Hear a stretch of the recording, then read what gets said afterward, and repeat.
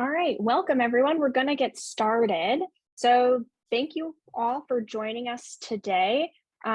This is the first seminar the first seminar of the year of our series for the SciComm or Science Communication Seminar series, leading up to our third annual Outreach Symposium, which will happen at the end of our semester. More announcements and details about future seminars, future events, and outreach initiatives will come out in later emails as our dates shore end. So we're very excited today to introduce our speaker, Dr. Randy Olsen. We're just so happy he was able to give a talk today. Randy was a 10-year professor of marine biology and turned filmmaker. Now, I'm not going to get too much into his history as I know he's going to be presenting it today, but a lot of his efforts more recently have been trying to improve communication within the scientific community. So let's all welcome Randy Olsen. I'll give you the floor. Thanks very much, Melissa. And thanks to all of you for giving me this chance to share a few thoughts on communication. I've titled this presentation Biomedical Maelstrom. Hopefully that'll become clear by the end of it. I'm going to throw a lot of stuff out there in the next 40 minutes or so, but it's all pretty simple stuff. You know, there's no big formulas, there's no data, there's no molecular genetics, nothing like that. Just a whole bunch of simple things. And that's what it's all about, is simplicity.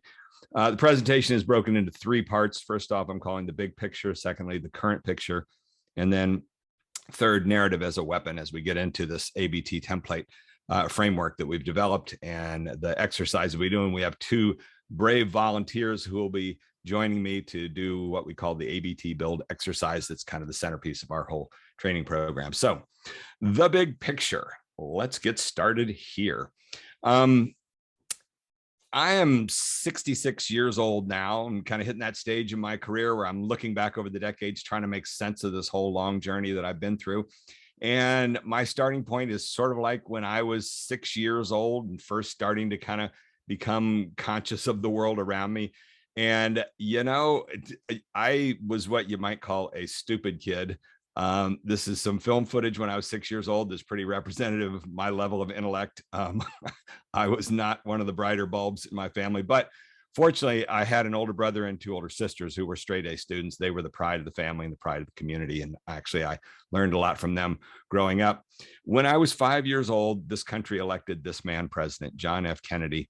And it was a very exciting time. He stood for a whole aura. You know, the brand version of it was Camelot. And he, his whole administration was kind of captured in books like this, The Best and the Brightest from David Halberstam, which sadly was an account of what happened with the Vietnam War. But it was about what the Kennedy aura stood for, which was the idea of bringing together the brightest minds in the country for leadership, the smartest people, to get them together to lead this nation. And part of the whole embodiment of that notion was the fact that the whole Kennedy clan all went to Harvard. You know, that was kind of representative of the intellectual side of them. Kennedy's father went there, his brothers went there, his daughter eventually went there. And furthermore, there was this tradition that they all lived in the same undergraduate house, John Winthrop House, which this is a photo of. And Kennedy was a brilliant leader. He was very good with narrative. And in my first book, or my 2015 book, Houston, We Have a Narrative, I defined the word narrative analytically as the series of events that occur in the search for the solution to a problem. So that's what it's about. It's the problem solution dynamic. And he was very good at pinpointing problems for us to all come together and work on, one of which was in this famous speech at Rice University in 1962, where he said, "We choose to go to the moon," basically inviting the nation to come together and try and find a way for us to someday make it to the moon, which is what happened in 1969. We solved that problem, if you want to call it a problem, and had the first humans on the moon. By a decade later, I was excited to get to go to Harvard University myself to do my PhD. This is me, the first semester I was there, and over my shoulders, the Museum of Comparative Zoology. I felt like I was on my way to join that pathway that I'd imprinted on my early years of the best and the brightest. By my second year, I was lucky enough to be invited to live in that same John Winthrop house. That circle there is around the suite that I lived in for 2 years. Caroline Kennedy, John's daughter, had moved out just the year before she graduated. And so I really was on this exciting pathway until the third year I was in graduate school, when our country did a very strange thing, in the opinion of myself and a whole lot of people in the academic world, which was we elected the co-star of this movie, Bedtime for Bonzo, as the president of the United States. He wasn't even a great actor. He was a B-grade actor. And furthermore, he pretty much ridiculed the idea of the best and the brightest. He had just barely graduated from college in Illinois, in a small college with a C average.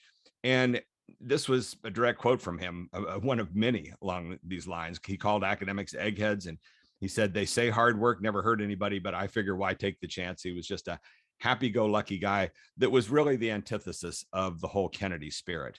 So here you had two different forms of leadership. And he was a leader. He did have a huge impact on this country. And by the middle of his administration, this nickname began to emerge for him, the Great Communicator. I never really paid much attention to it back then. I spent most of the 80s in Australia, thinking I might even become an Australian. I was so disillusioned with what was going on in the country. But a couple years ago, in the course that I'm running now, I had an old friend of mine come and speak. We have a lot of guest speakers, and I went to high school in Kansas City. And one of my friends in high school, after she graduated undergraduate, she went to work for our congressman in Washington, D.C. And then in the mid 80s, she got a job in the White House, in the Reagan administration, with the National Security Agency. And in my course a couple years ago, she said, when you worked in the White House, sooner or later, you'd find yourself in somebody's office and you'd look down the desk and you would see a transcript of a Reagan speech that was being worked on, and down the margins, you would see it filled with his handwriting, his own notes.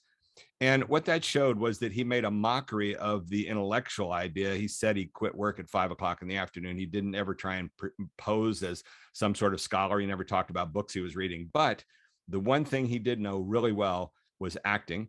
And acting and communication are not just similar, they're the same thing. And he took that to heart. And what he was doing, those transcripts, was breaking them down, finding the moments, working with the writers, rehearsing them, and then delivering them brilliantly. And you can look at the films of his speeches today, and you can see these moments that he delivered. He really did know what he was doing in communication. And as I said, he transformed our society, like it or not. And I didn't like how he transformed it, but absolutely did. So around that same era, in 1975, there was this short paper published in the New England Journal of Medicine by a postdoctoral fellow right next door to all you folks at the Salk Institute in La Jolla. And this was a fellow who picked up one copy of the New England Journal, read 3 papers that were in that issue, and made a list of the top 10 recurring characteristics in the writing style that resulted in obfuscation. This was the title of the short note that he published: Medical Obfuscation, Structure and Function. And obfuscation refers to the idea of taking something that might have been fairly easily understood and explaining it in such a contorted and convoluted way that you can't make any sense out of it, and just noise, basically. In the short discussion of this paper, he said a couple things here that are very relevant. First off, he said, contrary to popular belief, there is little historical precedent for bad writing. That's important because you find people nowadays that say, oh, scientists and doctors, they've always been terrible at communication. Well, no, they haven't. 100 years ago, they actually communicated way better than today. We've gotten so much worse at communication as we've created this information society of ours. And secondly, look at what he says at the end of that paragraph. Only in the 20th century has obfuscation become widely acceptable. And there's your problem. And this was in the same way that Kennedy had a gift for identifying problem solution because he had such good narrative intuition. The author of this paper, the same thing, an ability to spot the problem there in 1975. Sadly, this paper was just forgotten to the ravages of time. It's only been cited 80 some times or so over the years when I looked at citation indices. But he was pinpointing what the problem was there, which is this obfuscation noise that arises. Around the same time, this is Marshall McLuhan. He was the great media visionary of the 60s and 70s. And his catchphrase was, the medium is the message. He understood that we were becoming a media-driven society. And in his final years, he became consumed with what he called the Information Maelstrom. He drew this term maelstrom from Edgar Allan Poe's poem, Descent in the Maelstrom, that was about this mythical vortex in the fjords of Norway where fishermen would go out and get swept into this swirling water that would eventually turn into chaos and everything would get blown to pieces. And what he saw was the explosion of information that was already starting in the 70s. It really was labeled and identified and talked about in the 80s, but he already saw it ahead of time and began to say, you know, we're going to get ourselves eventually to a point where we've got so much information and so much misinformation, so much incorrect information, that the two are going to end up being these equal and opposite forces where people just can't make sense of anything anymore. They don't know which way to turn. We're there now to a large extent. We are in the information maelstrom. And this was a moment 2 years ago on Meet the Press. This guy in the heated debate with Chuck Todd, the host, blurted out, the truth is no longer the truth. All that Chuck Todd could think to do was to scoff and ridicule him over this, the same with all the other pundits. But what he was saying is the situation now where we've got in our society these two enormous groups that both think that their version of the facts is the truth. And what do you do at that point? What you do is you've got to shift from substance to style. You can no longer fight back and forth on these pieces of information. It then becomes about style, which is what we're here to talk about.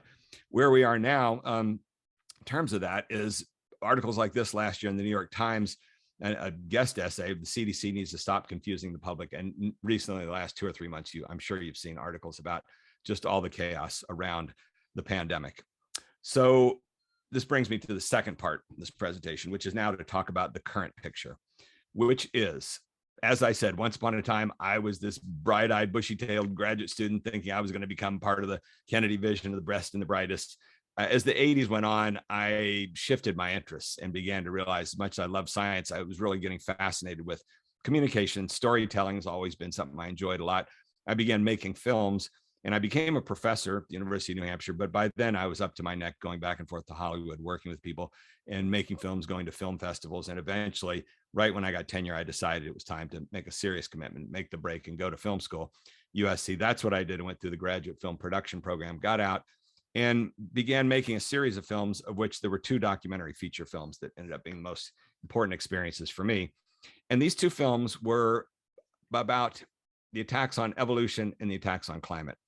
Now, think back to that photo I showed you of my first semester in graduate school. I said over my shoulder was the Museum of Comparative Zoology. As soon as I arrived at graduate school, the first thing I did was made a beeline to track down Stephen Jay Gould, the greatest of evolutionists and greatest communicator of evolution, at least in the last century. He had a Tuesday lunch discussion group with his graduate students. I managed to infiltrate and become part of their group.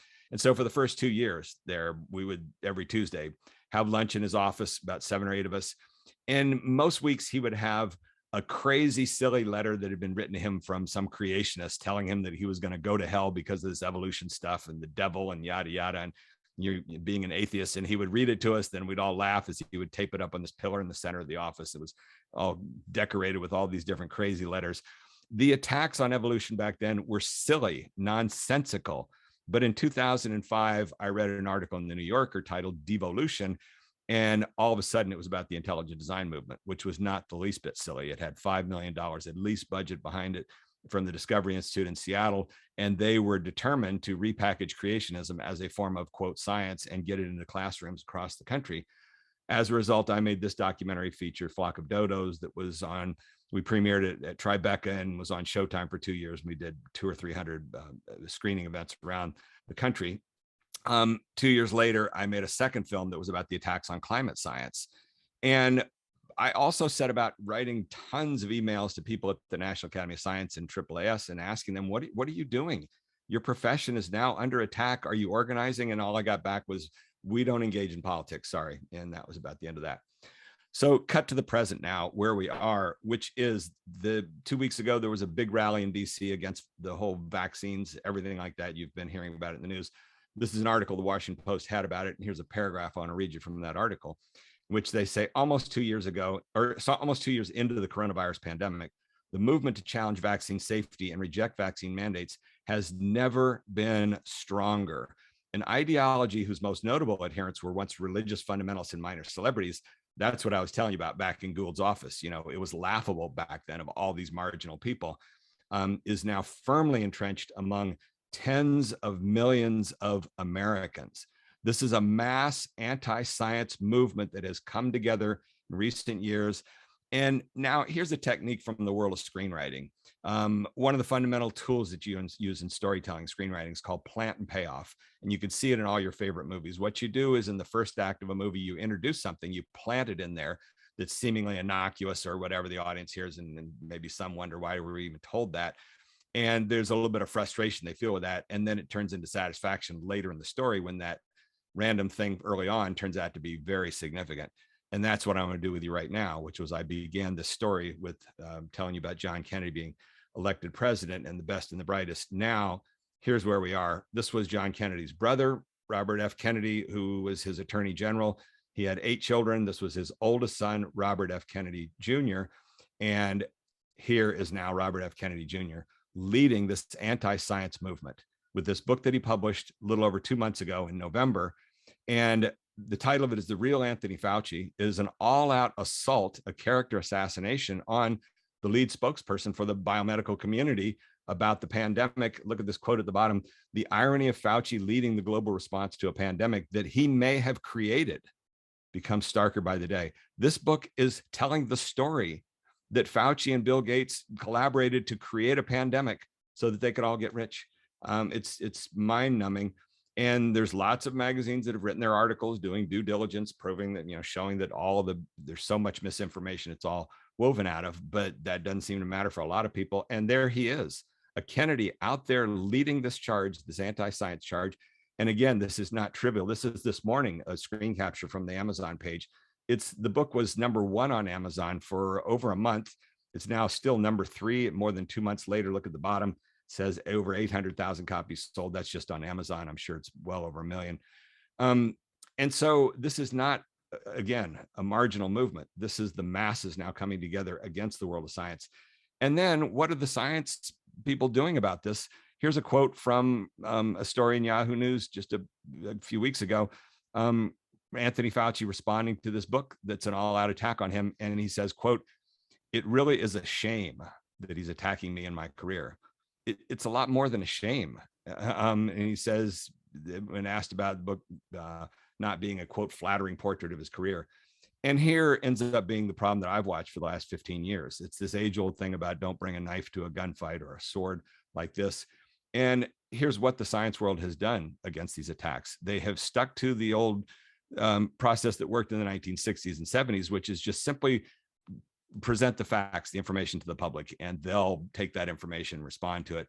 But what they've been up against has been an anti-science movement that is very powerful on the form side of this in terms of being able to tell stories that resonate with the public and connect. And that's what's gone on. That book from Kennedy is absolutely a story.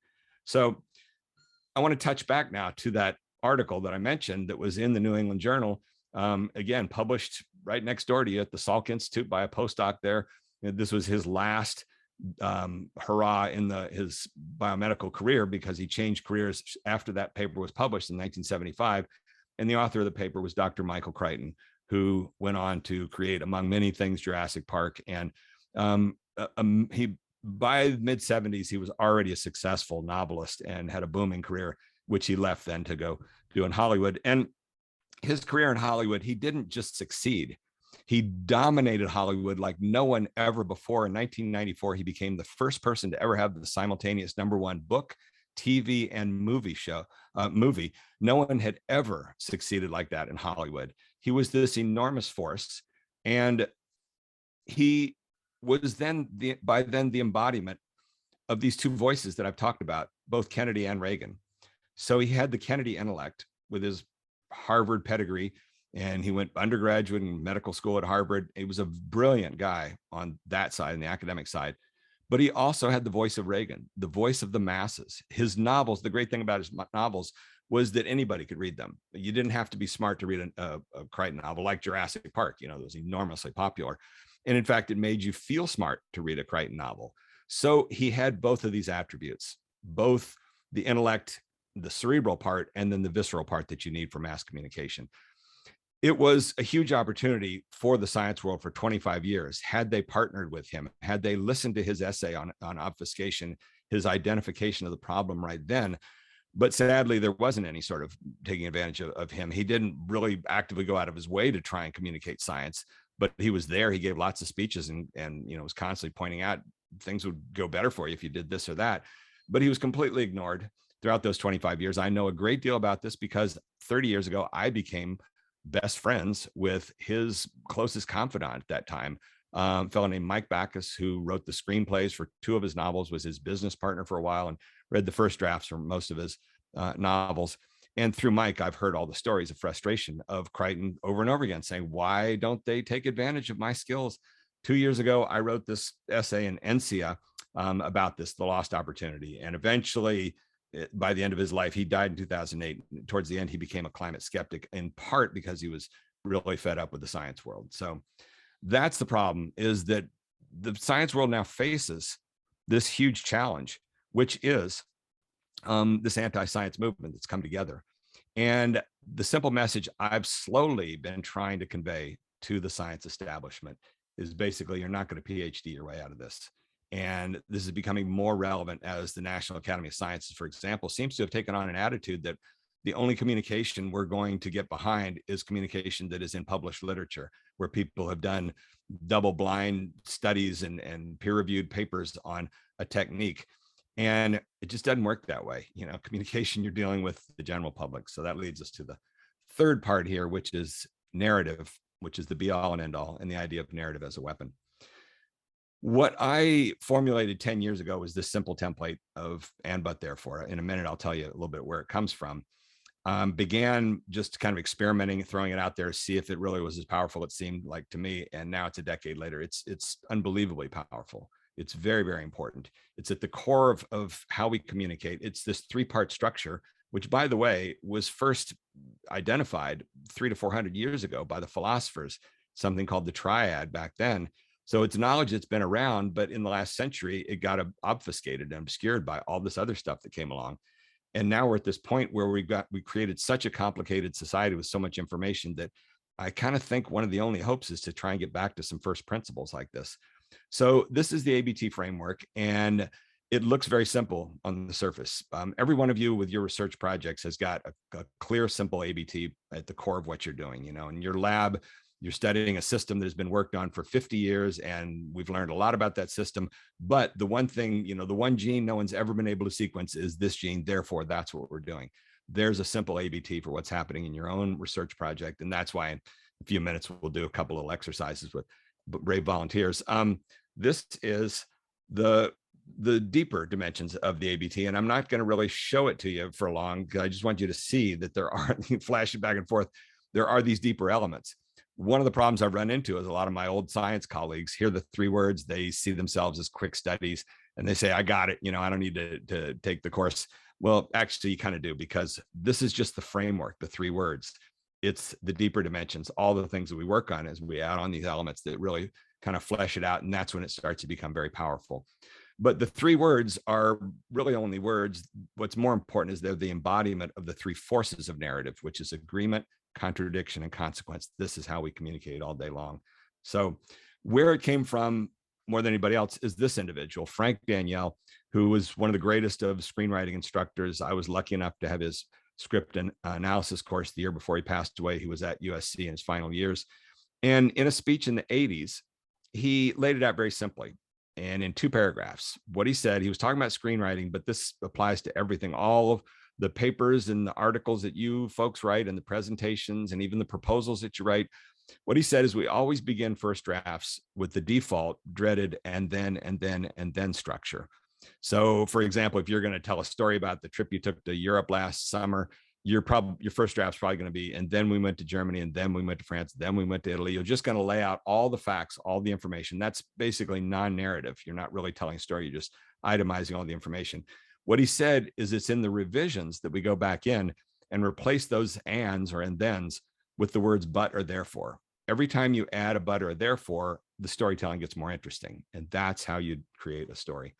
So that's at the core of this training program. I've been doing it since 2015, one version coming off my book, Houston, We Have a Narrative.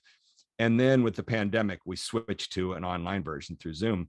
And since then, we've really put this thing into overdrive. And what we do now is most rounds of the course are 30 individuals that spread 10 one-hour sessions that go through a month.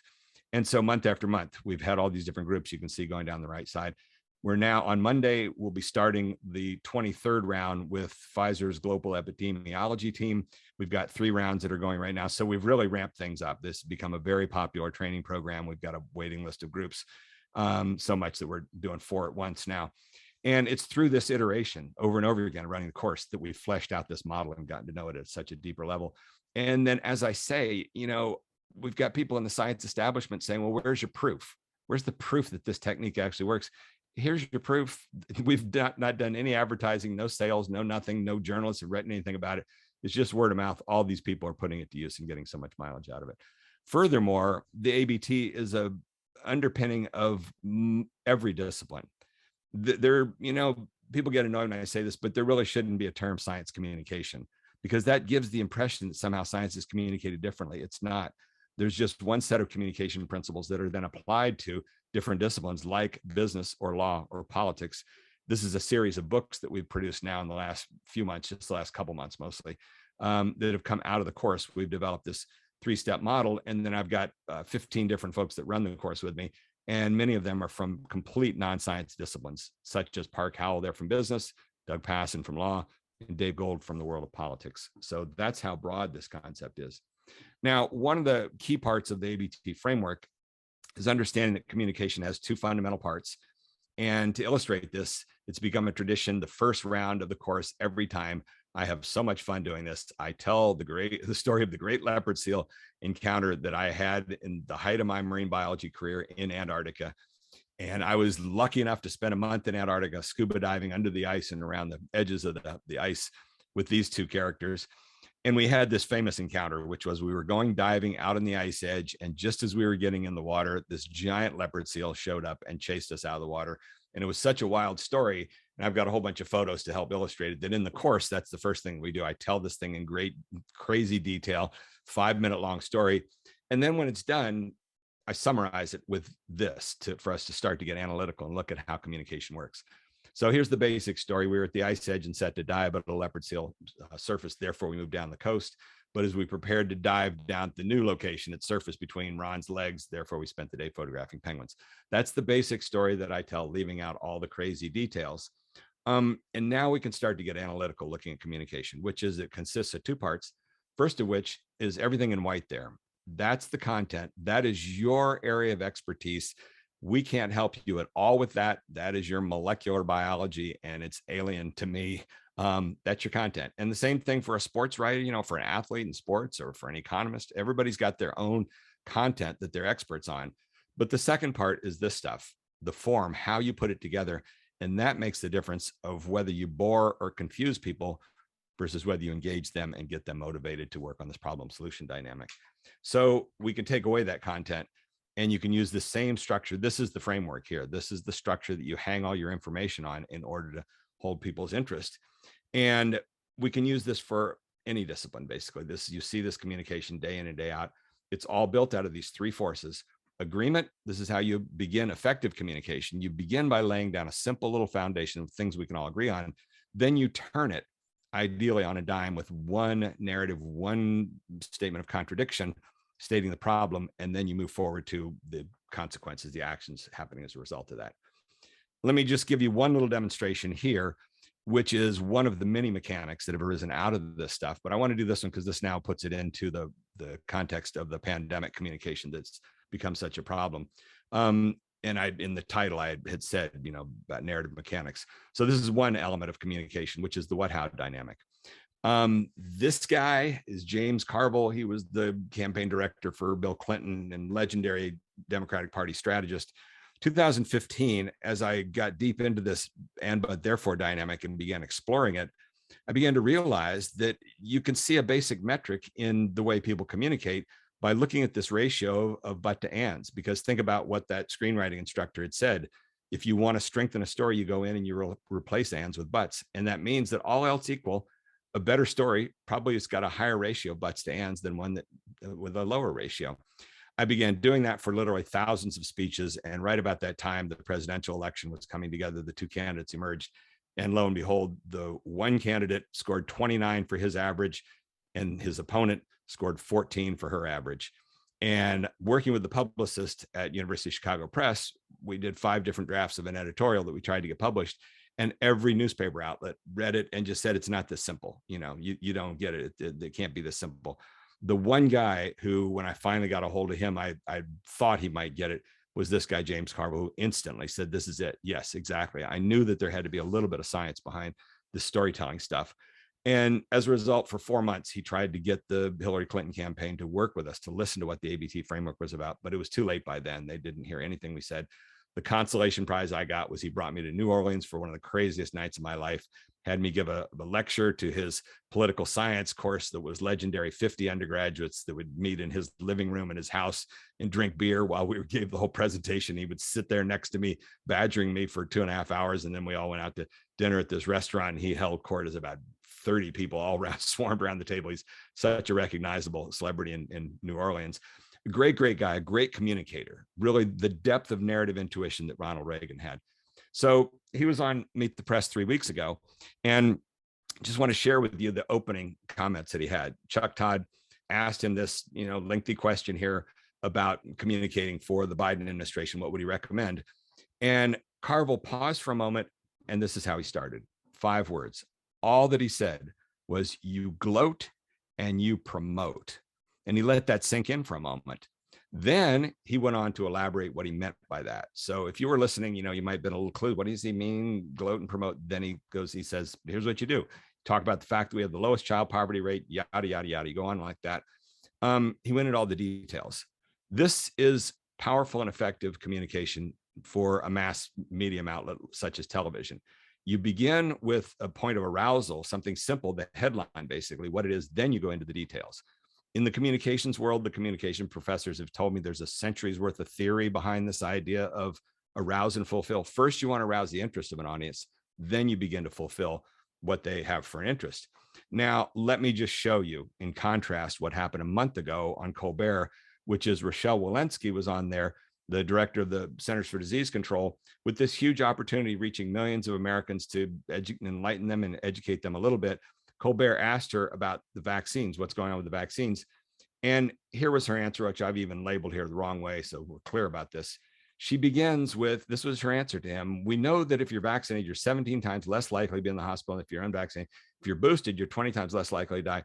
At the end, she gets to the headline, vaccinations work. This is the polar opposite of how you want to communicate through this medium. And yet we've got these scientists out there doing this day in and day out now that don't have the media background training, don't have the intuition is what you need, like Carville has got. She should have begun with this. When he said, what's going on with the vaccines, she should have paused and just said, vaccines work. It's that simple. Now, let me tell you, some evidence to support that. Vaccinations work. And when I watched that clip there, it hit me very deeply because I thought about what she said right there. I transcribed it. And what resonated with me was 15 years ago when I was brought in by ocean conservation groups on the California coast who were losing in this battle against fishermen trying to create what are called MPAs, marine protected areas, places where they block off part of the coast to stop fishing to let the fisheries populations replenish. And they asked me to put together a campaign. I started talking to different experts. And one of my friends, in a 2-hour conversation, she kept circling back to this one point. She said, what's a shame is 10 years ago, this was just an idea, MPAs, and we didn't have any data to show that they work. But now we've got 10 years of data and we can now show that MPAs work. And finally, after hearing that 5 or 6 times, it hit me, wow, what a great slogan. MPAs work. And this is what we did. We put this slogan on t-shirts for 200 activists. They showed up at the next state meeting and got their point across in an instant. And the whole thing changed. They began to get their way in the implementation of the marine protected areas. This is how you mass communicate. And, let me take a moment here then on that note, which is to, let's see here. How do I get up here to that for a moment? Oh, shucks. Stop. This has gone out of control. There we go. And let's see. Am I here on video? Oh, you got to activate the video. And on that note, here is what I would do right now if I were in charge of communications, which is to put that slogan onto a red hat. And why would I put it on a red hat? This simple slogan of vaccines work? Because 6 weeks ago, the guy who invented the idea of the red hat for your slogan came out and said this in a speech. He endorsed he wanting to take credit for the development of the vaccine, said basically that vaccines work. So he's on your team in terms of getting this point across. What a simple little means of communication. And yet it's not happening. So that's what you need, is simple, broad mass communication like that. And it's, as I say, it's not happening. Now, one more tidbit to add to this before we dive into our little exercise, which is in October of 2020, this guy, Dr. Michael Osterhaum, was on Meet the Press, and he's the one guy who said verbatim, we're not doing a good job with communication. What he said was, we're failing to speak in a single voice. We're failing to take advantage of storytelling. It's in the transcript. You can look at it there. No, none of the rest of these experts talked about the failure of communication. He did. As a result, when I heard that, I had to get in touch with them. Instantly, we got on the phone, became good buddies for 4. Okay, so for 4 months, let's see here. Okay, I worked with him on his podcast, and as he said, we're not talking with a singular voice. That's one of the fundamental concepts at the core of this narrative structure stuff, the ABT framework. And then you take a look at what eventually emerged, which is this is what the Biden administration came out with on television. And this Hey, is not Randy, yes. I'm sorry to interrupt, but you are no longer sharing your screen. Oh, shucks. I was afraid of that. So we can't see it. Yeah. Okay, here we go. Screen share. There it is. And how about that? Am I back? Perfect. Okay, You're back. sorry about that. Thank you. Okay, so talking about Michael Osterhaum, and he was the one guy who identified the problem with communication. And so I worked with him for several months, and we're still trading emails all the time. And here's the manifestation of the problems, which is the singular narrative is so important. You need to pick one spokesperson. And this is what the Biden administration has done, which is 3 different voices: Fauci, Walensky, and the White House, basically. And that's been a problem. The people at CDC that I've spoken to have said, we've got 3 different voices that are contradicting each other. That's the source of all that media stuff. And here, once again, the Washington Post CDC director under fire for confusing guidance, seeking to reshape messaging. So that's the bottom line, is all the unfortunate problems that have arisen with the communication, the pandemic. And there's been an absence of savvy in terms of this mass communication stuff. And again, I track it all back to the Reagan voice. It just hasn't been a part of it. They haven't tapped into the knowledge of both Hollywood and the advertising world, Madison Avenue. And it's not easy. You're crossing cultural divides there, but it's what's needed. Absolutely. So enough with the problems. That's where we are. I don't know that we can solve much of anything with the ABT bill, but at least we know that it works, and it's moving in the right direction, which is towards simplicity. So what I want to do now is show you just a quick little demonstration here for a few minutes each with 2 brave volunteers from your group. And this is what we do in the course. This is our 3-step model. What we do is every participant writes their 1 sentence but therefore statement of their research project, which is always good enough. You can get the general idea, as you're going to see here, but we work with them then to strengthen it with this 3-step model. And that's what we'll do. So Kokila, can you join us? There you are. Hello. Hello. Hey, how are you doing? And so let's see. Usually I ask, what program are you with? What department are you with there? So I am a grad student on the California campus in neuroscience. I actually work over in a drug addiction lab at UCSD. Excellent. And you've got a big advantage on this. And you said you've already done quite a bit of communications training. So as a result, this first draft of ABT is great. And yet nobody's perfect. Narrative is an endless challenge that takes huge amounts of time and effort. So what we're going to do is I'm going to ask you to read this, and then I'll start giving you some thoughts and comments on it. So go for it. Yep, sounds good. So my ABT statement: people often use nicotine for its ability to reduce body weight gain, suppress food intake, and increase energy metabolism. And we know many of the physiological mechanisms affected by long-term nicotine use. But the behavioral and physiological effects of nicotine intake on feeding and metabolism within seconds to minutes of consumption are not well characterized. Therefore, my project studies feeding behaviors following acute nicotine intake and the physiological mechanisms driving these behaviors. Excellent. Thank you very much. And you can see already, it's really clear pretty much what this is about. And yet there are ways to strengthen it and make it a little more clear. You notice we break this down to the 3 color-coded elements, which is the agreement, the setup there, the context, then the statement of the problem on the word but in red, and then the actions, what are being taken to address this. Now, one of the first things I like to do with people with their ABT is, and had I called you up yesterday and said, can you tell me in 2 or 3 words, what's your ABT going to be about in just 2 or 3 words? Okay, yeah, so my ABT is basically on, I get, oh, really hard to condense it. Welcome to the world of trying to take all this complicated stuff and shrink it down. And see, what's going on right now is you're the perfectionist part of your mind is thinking, I want to, how am I going to get everything into 3 words? You can't, you just want a little brushstroke. So roughly, what would you say it's about? Feeding behavior and nicotine. Okay. And let's see here. Well, okay. And it's also about just, what we don't know. Yeah, it's about an element that we don't know about feeding behavior and nicotine. So, just getting it down to simple brushstrokes, not well characterized. That's the key point in here is that we've got a body of knowledge, but there's a key part of it that we really don't know about. That's the basic story being told. And this is one of the tools that we developed. We call it the conversational ABT, which is to shrink the whole thing down into just 1 sentence. And this takes quite a while to really sort of absorb it. But the idea is that you strip out all of the information. You remember back when I had that diagram of the content versus form, you get it almost down to nothing but the form. And I'll just go ahead and do this for you. We work on at great length in this in the course, but here's a shot at your conversational ABT for this, which is we've got a system, but one crucial part of it's not well understood. Therefore, we need to understand it. Is that pretty much the story you're telling? Yeah. Yeah, there you go. So that's something you always want to have clear in your mind is all else equal. Can you strip it all the way down? What's the basic story you're telling? And then think about it in these terms. If you were given a presentation and you had a diverse crowd out there, different backgrounds, some people don't even have any science background.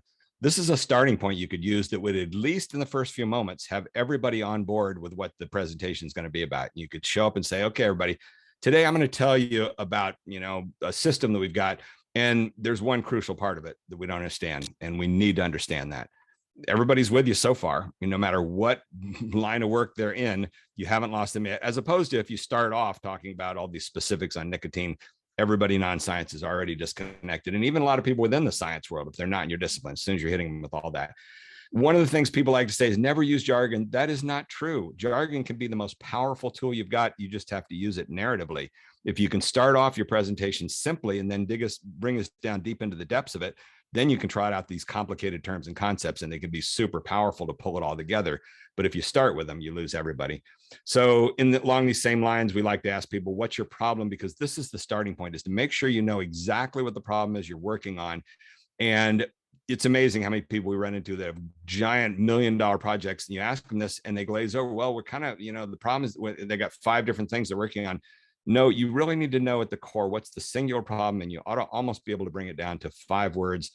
And so here's 5 words, taking a shot at your thing. Short-term effects not understood. Is that getting close to what you're talking about? It's not everything, but that's the essence of what this is about. We've got a big picture and we know quite a bit about the long-term effects, but the one thing we don't know is the short-term. And here's another tool to toss out there. And again, these things we work with for weeks because there's so much to them, but we discovered this a couple of years ago. Actually, it came from a graduate student who works on opioid addiction. And it's this idea of this simple little tool of the if-then template, which from logic and from computer programming, but within the ABT framework, there's a place for it that can be very powerful. And storytelling itself in Hollywood consists of 2 fundamental emotions, hope versus fear. Every movie you're seeing the main character hopes to achieve this, but fears that they'll fail and do this. Well, it turns out this if-then tool fits right into that, because you can use it in the blue material. What you want in the blue material is to set up an initial thing. We can all agree on this picture of what we want to have happening, and we want to understand the system. And the if then tells us what the upward potential is. And for example, if our city is good and if we keep it safe, then life will be wonderful. You're painting this great picture. In your world of research, this is the essence of writing a proposal, which is this is what the proposal reviewers want to know. Well, if we give you this money, then what? Then what will happen? And what happens all too often is people don't think that through. You can use the same structure in the opposite direction for fear, which is if you don't give me the money, then we're never going to understand this thing and everything will fall apart. Here it is with the city example. And the way you could use it in your ABT is if we know the short-term effect, and this is my question now to you, literally, if we figure out these why do we care about knowing about the short-term effects? Yeah, so I would say if we know the short-term effects, then we can use those mechanisms we discovered to develop new medications to help people with nicotine addiction, or even like feeding or obesity, weight loss, those kinds of things. Yes. Exactly. That's the specifics that I'd love to see within an ABT, shrunk all the way down as short as possible. But that's the divide, is that when you're communicating with people in your inner circle, the people in your lab, they all know what you're doing, and they don't need to hear that. We know that if you succeed in understanding this is the value of it. But how big is that blue inner circle? It's probably pretty small. Most of the rest of the world is in the red outer circle. They need these ABT dynamics, and that if-then tool we've found in the course in the last 2 years, lots of people using it now, because that is at the heart of how you make your argument. If you give me this, then this is what we'll learn, and it's reaching the outer circle. So here's what we do then is I usually give a shot for, start of a little bit of rewrite. Then in the course, we have what we call working circles, which is a half-hour session of you and 3 or 4 other people that are now trained in these things, and they work with you for half an hour to take your ABT and keep pushing and probing with all these tools we've got to make it stronger and stronger. So here's a shot at how I would do this. Complete understanding the effects of nicotine requires knowing both the long-term and short-term effects. And if we know both, then here's all the great things we can do. But for now, we don't know the short-term impacts because nobody's worked on it, or who knows what the reason is for that. Therefore, we're doing this work on it. Is that making some sense? Okay. Yeah. So that's the kind of stuff that you do to further develop this. And then Adam, are you with us? Thank you very much, Kokila, for that brave volunteer effort. And Adam? Yes, I'm here. How are you doing? I don't know when my screen's not on, but I'm here. Yeah, I can hear you, and that's good enough. You want to tell us what program you're with? Yeah, I'm also a graduate student in the immunology department over on the Florida campus. Wonderful. And yours is going to be a little bit shorter because it's very similar in structure to hers, which was kind of a surprise to us, but it is great. So how's about if you read this to us? Sure. Proper differentiation of CD8 T cells is essential for lasting immunity and control of viral infections and tumors. But the role chromatin regulatory factors play in the development of these cell fates is largely undetermined. Therefore, my research aims to use RNAi screens to determine the role specific chromatin regulatory factors play in T cell differentiation. Okay, great. The first thing to say is that pretty much everybody is right there with you. Nobody's gotten bored. Nobody's gotten confused. It's laid out pretty clearly and simply. That's the great strength of the ABT structure. It's just setup, problem, and then actions that you're doing to try and solve that problem. Then the question becomes, can we work on it a little bit further? What would you say this is a story of in 2 or 3 words? How T cells differentiate. Okay, it's that. And I also wonder if it's maybe, well, what the overall subject is, isn't this about lasting immunity and control of viral infections and tumors? Yes, you're right. No, I think that's the difference between saying what what might be the scientific that's yes. Yeah. Okay. So, it took me a little while reading this over and over again, but I began to see that that's your big picture, and you want to start out as broadly and as general as possible. This is, really gets everybody on board of what you're talking about here. You've got the same conversational ABT. We've got a system, but one crucial part's not well understood. Therefore, we need to understand it. And I think, is this pretty much in simple, broad strokes, what your problem is? CRF regulatory role unknown? Mm-hmm. Okay, good. So, you've got a pretty straightforward narrative. And then this is the shot that I took at a potential, a little bit of a rewrite, which is to start it off with that big picture element. In the search for lasting immunity and control of viral infections and tumors, we need to understand proper differentiation of CD8 T cells and chromatin regulatory factors are likely to play a major role in development of these cell fates. But right now, we know very little about chromatin regulatory factors, therefore. So it's pretty much the same content you had there, but just structured a little bit to get into that bigger picture, which becomes a little more motivational to the reader. What do you think? Does that make absolutely sense? Okay, so that's what this stuff is massaging. It's called narrative shaping and working on, and it's endlessly challenging and difficult. And we've kind of blown through 2 examples here, but this is what we do session after session, and it's through the repetitive exercising of it, you begin to get the basic vibe of it. And so that's pretty much what I wanted to share with all of you today. We've got about 5 minutes, I think, for question or two. Does somebody want to moderate that? I'll stop sharing. And did we have a? Yes, thank you so much for your talk today. We do have a few questions in the Q&A. And if anyone else has questions, you can either raise your hand or post it in the chat. So I'm actually going to unmute Eric Topol, who has his hand raised, and allow him to ask first. Eric Topol, friend of Mike Osterhaum. Randy, that was phenomenal. I haven't seen your stuff. I love it. Yeah, really fantastic. Well, and your editorial on science was also phenomenal. So that was what, I don't know if Mike wrote you an email, but I read that editorial and thought, hoping you could hear this. So thanks. Yeah, I mean, I think you nailed it for what's wrong at CDC and with the whole White House administration and handling the pandemic. And they need you. They need your help. They need your caps. This has been great to also how you get the narrative right and simplify things. So I am now your #1 admirer, not having met you before. So thanks for what you presented today. I appreciate that. If you've got any clout at all, 10 years ago, I did workshops at CDC. I was there in their finest hour. It was so great. It's a very different world there, as you know. And it's a shame because I know that Rochelle is completely embattled with all the critiques and everything. So I don't want to be foisting my stuff on them, but we could do so much there if we could only get back in there and do a little bit of this sort of stuff. And so if you have any ideas of anybody you could write to try and do that in a non-threatening way, that's what. No, I do. Along with Mike, we can press on it. I mean, I think one of the most important things that completely got effed up was the boosters in this country, led to a lot of people dying and being hospitalized unnecessarily. And it's still, we're a third or a fourth of leading peer countries. And that's why our deaths are going up major every day. So yeah, we need your help. This country needs your help. Yeah, no, I appreciate that. And I'll tell you just quietly, kind of a sad note, on Monday, we start with Pfizer. They get it. We're going to run the course there. And that's great. Love working with the corporate world, but still would like to do stuff with government. Getting back to that Kennedy vision of long ago, it's still possible to try and do those things. And Osterhaum is so good in that regard. He's really worked his heart out for the sake of the people. And I really think he's one of the greatest communicators in this pandemic and the whole thing. Yeah. Was there a question? I don't want to hog the time of this limited, but I just, I'll pass it. I don't have I could talk to you all day. Sure. Yeah, no, I appreciate that.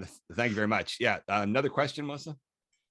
Sure. So there's a question in the chat that is asking your take on Carl Sagan's approach in the book Cosmos as far as intellectual ability to non-scientists and how complementary the show was to the book. You don't want to hear my take on that. I mentioned Stephen Jay Gould in the Museum of Comparative Zoology way back then when that show, before it even aired on PBS, they sent him VHS tapes of the first 3 episodes, and we all gathered together on a Saturday morning and watched those 3 things, and kind of semi yawned. It really, it wasn't the greatest of shows. It was quirky and unique. It was kind of mocked and ridiculed. He was a caricature on Johnny Carson, things like that. Now, talk about shifting baselines. That's a whole another field I've been involved with in the conservation world, but people aren't around anymore to remember what it was like to know. Sagan was not the greatest of communicators. He was a bit of a goofball, but he did a lot of good work, and bless his heart. And I tell the story at the end of my first book, Don't Be Such a Scientist, about how the science world turned on him, and the National Academy of Sciences voted him down for admission into the National Academy of Sciences, which is a shame. I read his first book, Dragons of Eden, and imprinted on that, thought it was brilliant. But that said, he was no Stephen Jay Gould, who was truly the greatest of communicators. And I don't know Sagan's work in enough detail, because that's the only, Broke His Brain I also read and thought there were some good parts in there, but I felt like his communication kind of slowly inched downhill from there. The earlier stuff was the best stuff. And so I don't really have specifics to offer on what that question was. And what was there? Can you repeat what the core of the question was? Yeah, sure. So basically they were just asking your opinions on his book as well as the transition into the show Cosmos. What, off on another tangent, what I could go into great detail is the vanishing of cautionary tales in the science world. Once upon a time, Crichton and Gould and even Sagan and all the way back to Mary Shelley, they told stories warning about the downside of science. And those voices are gone now. There aren't those voices in our mainstream culture. There are these other cheerleaders for science who present this one-dimensional belief that science will solve everything. It won't. It needs an ABT nuanced approach to it, which is science does great and does this and this, but you better watch out because, for example, the academic world doesn't know how to connect with that Reagan voice, and you've got to. And that's the cautionary tale that we need so much. And those cautionary tales need to be not misconstrued into believing that those are anti-science things. This is what I've had to deal with, is by applying the critical mind that I developed in the science world back to the science world. A lot of them have, pushed me away and called me anti-science. I'm not in the least bit. And the better folks that are all part of our course and everything, they all get it. It's just bringing this critical mind and thinking to communication, which the third book that I published was called Hollywood. What was it? Hollywood screenwriting meets critical thinking. That's what's needed. Is Hollywood's too non-critical. Science world gets a little too critical. Somewhere in the middle is the meeting of the minds. Is there time for another question? Yeah. So Lucas asks, how do you reconcile the conflict between the inherent simplicity of this framework and the need, at least in science, to provide rigorous and extensive evidence and proof?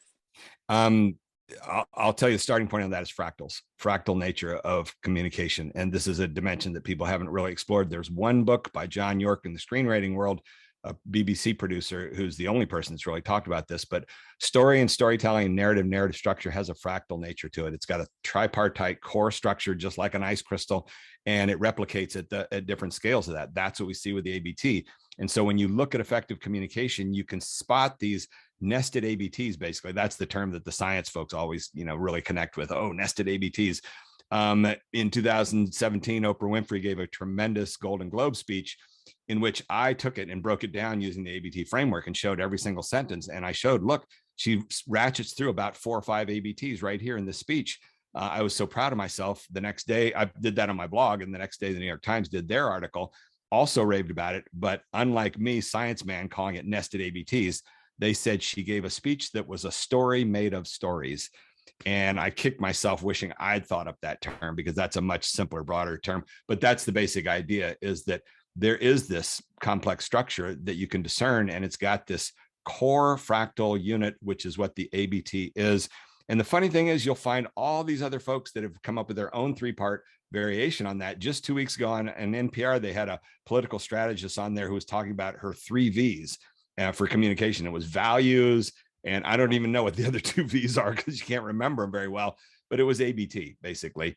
And in the business world, they talk about situation, conflict resolution. When I went and worked with Deloitte, the first day, somebody said, we got this template here of that. Is that the same as? Yes, it's the same as ABT. And what is more important is that it's the forces: agreement, contradiction, and consequence.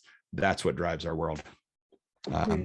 I will keep answering questions as long as people want to stick around. So yeah, well, there is one more kind of main question in the chat from Rick, who asks, would you address misinformation versus disinformation, and how narrative can be used to address both?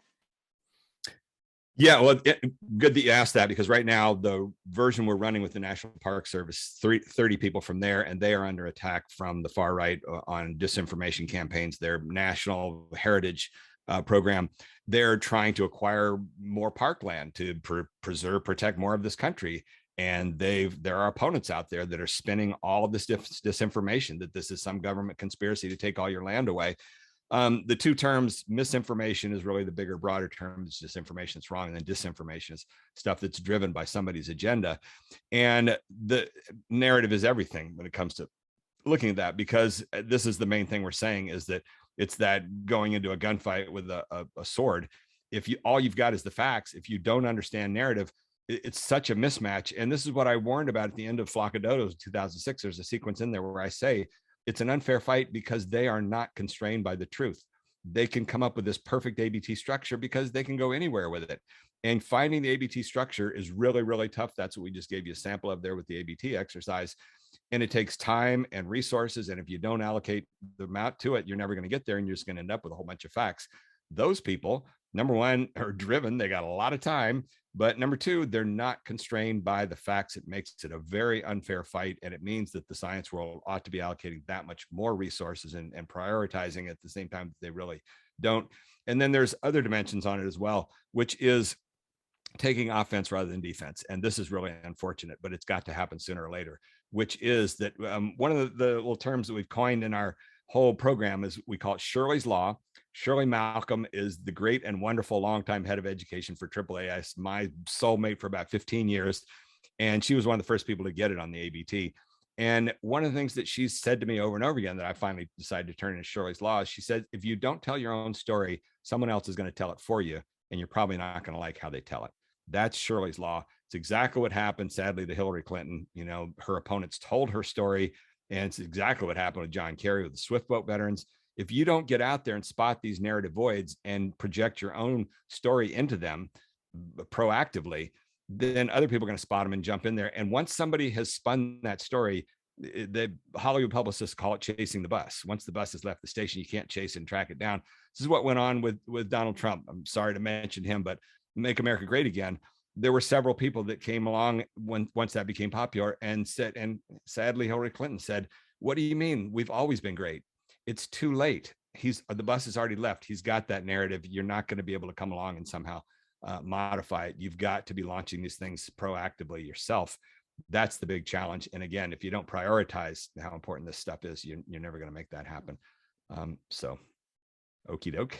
Yeah, thanks. And then there's just a kind of a fun question. Abu, I'm sorry if I mispronounced your name, but this person was the one that asked the first question, asks whether they can buy the Vaccines Work red hat that you have there. Is that available? No, but you could write to your public health officials and recommend that they launch, I mean, the simplest of all campaigns of messages.